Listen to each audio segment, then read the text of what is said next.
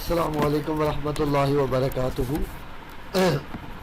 जी तो बेटा, ninth class और प्री नाइन्थ क्लास, आज हम लोगों ने फ्लो चार्ट की कुछ एग्जांपल्स देखनी है।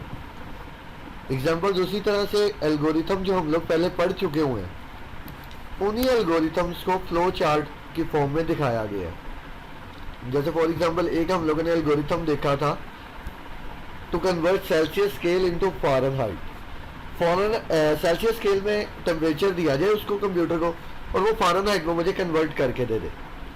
तो उसके लिए जो प्रोग्राम बनाना होता है, उसके लिए हमने अगर फ्लो एल्गोरिथम बनाया तो उसी एल्गोरिथम को हमने फ्लो चार्ट में भी कन्वर्ट करना है कि सेल्सियस स्केल को फ़ारेनहाइट में तब्दील करने का फ्लो चार्ट। ये एल्गोरिथम आपने देखा था, ये एल्गोरिथम बेसिकली दो काम कर रहा था।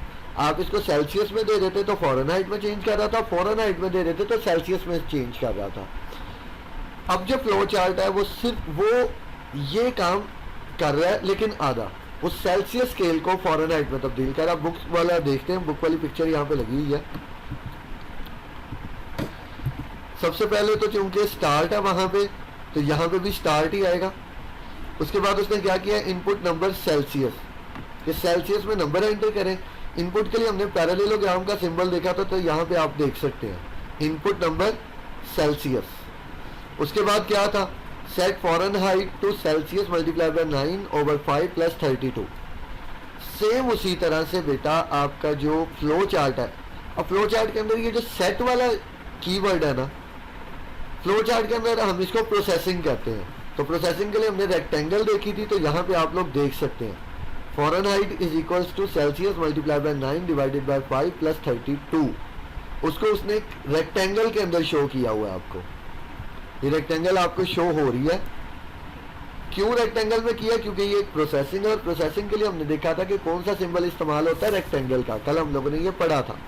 उसके बाद क्या किया, आउटपुट फ़ारेनहाइट का जो फ़ारेनहाइट में वैल्यू आई है उसको रिजल्ट में डिस्प्ले करवाओ।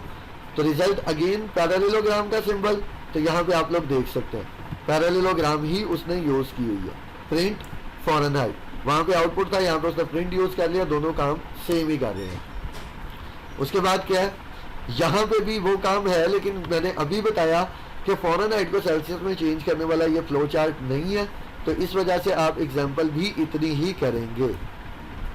स्टेप 8 के अंदर ये एंड हो रहा है, वहाँ पे इसी के बाद ये एंड हो जाएगा।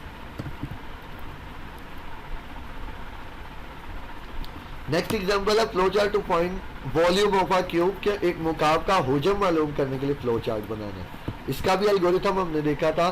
स्टार्ट हुआ था, उसके बाद उसने एक साइड की वैल्यू इनपुट ली थी, उसको उसी से 3 टाइम्स मल्टीप्लाई किया था तो वॉल्यूम आ गया था, और उसके बाद उस वॉल्यूम को उसने आउटपुट करवा दिया था, मतलब डिस्प्ले करवा दिया था, और उसके बाद वो एंड हो गया था।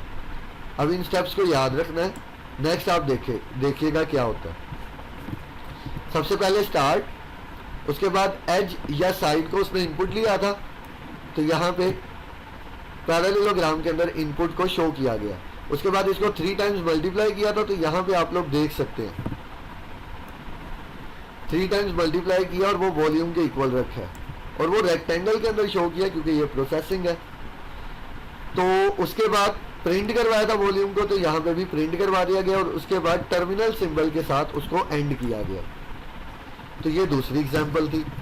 सेम वही काम हो रहा है, लेकिन सिर्फ अब आप लोगों ने ये पढ़ा हुआ है, तो आपको पता होना चाहिए कौन से सिंबल के साथ, कौन से कीवर्ड के साथ कौन सा सिंबल रिलेट है। ये मैंने आपको कल सारा बता दिया था।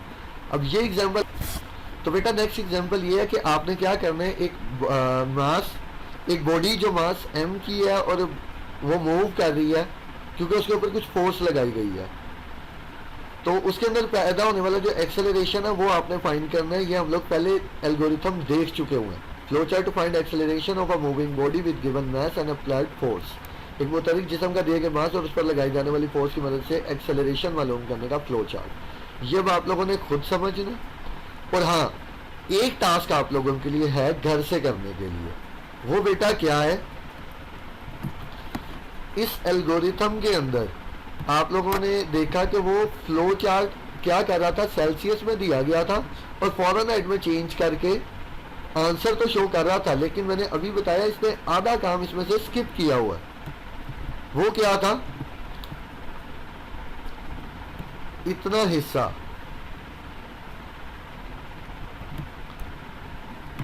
ये हिस्सा स्किप्ड है।